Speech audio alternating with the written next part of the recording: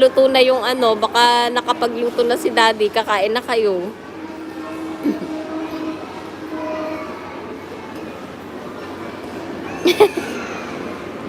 Tinawag na, tinawag na si mami. Sabi ni daddy, ako na nga nagluto eh, ako pa yung maghahain. Sis KJ, anong oras na po dyan sa inyo?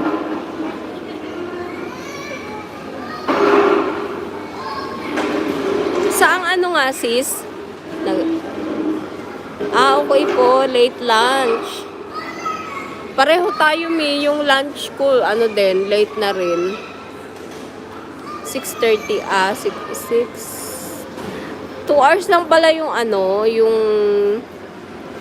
tawag dito yung time difference. Meron akong ano dyan sis, meron akong, nasa ano kasi diba, sa Norway ka ba? 4 PM, kaya busog pa. Okay po, pareho tayo ako din, late na yung lunch ko eh. Anong oras na rin ako nagla-lunch kasi pag umalis ako ng bahay, kumakain muna ako. Tapos pagdating dito sa shop, busog pa ako kasi 1 PM naman ako dumarating dito. Busog pa ako, kaya opo, meron akong dyan sis, meron akong tita dyan. Diyan sa siya, hindi ko lang alam kung saan siya sa Norway.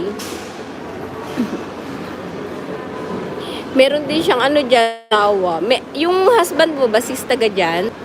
Yung husband ng tita ko taga dyan eh. Tapos parang siya yung work niya yata dyan, nagda-driver, lady driver, parang ganun.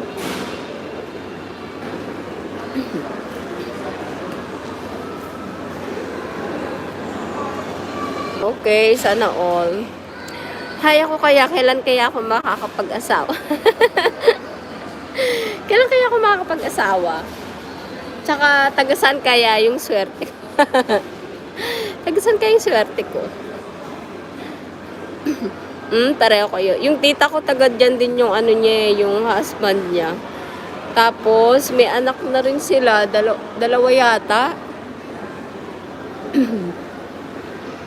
Hindi lang kami masyadong close kasi sa yun eh. Tita ko sa father side. 2 hours lang pala yung yung time difference. Parang same doon sa Croatia. 2 hours yung time difference.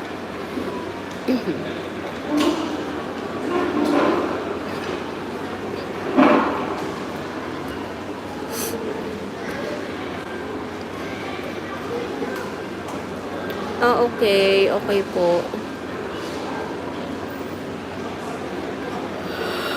Ay. My God. Parang gusto kong magkape pero hindi ko alam. Ano ba? Magkakape ba ako o ano?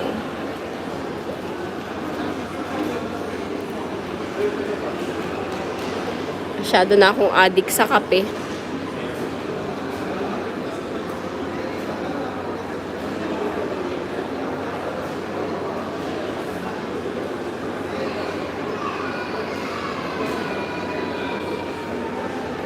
Okay. Naantok ako. Kakaantok.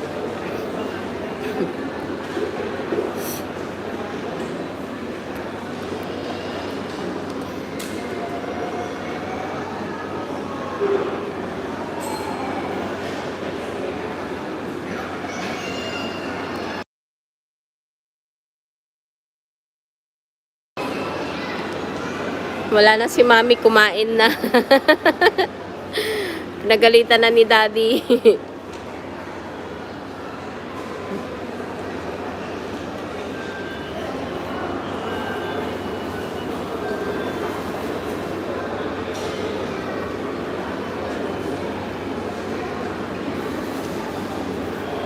Ay, naku.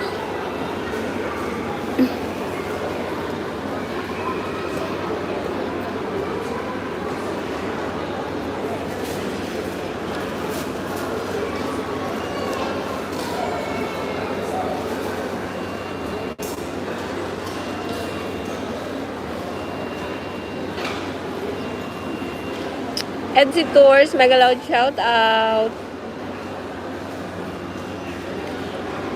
Thank you po sa like.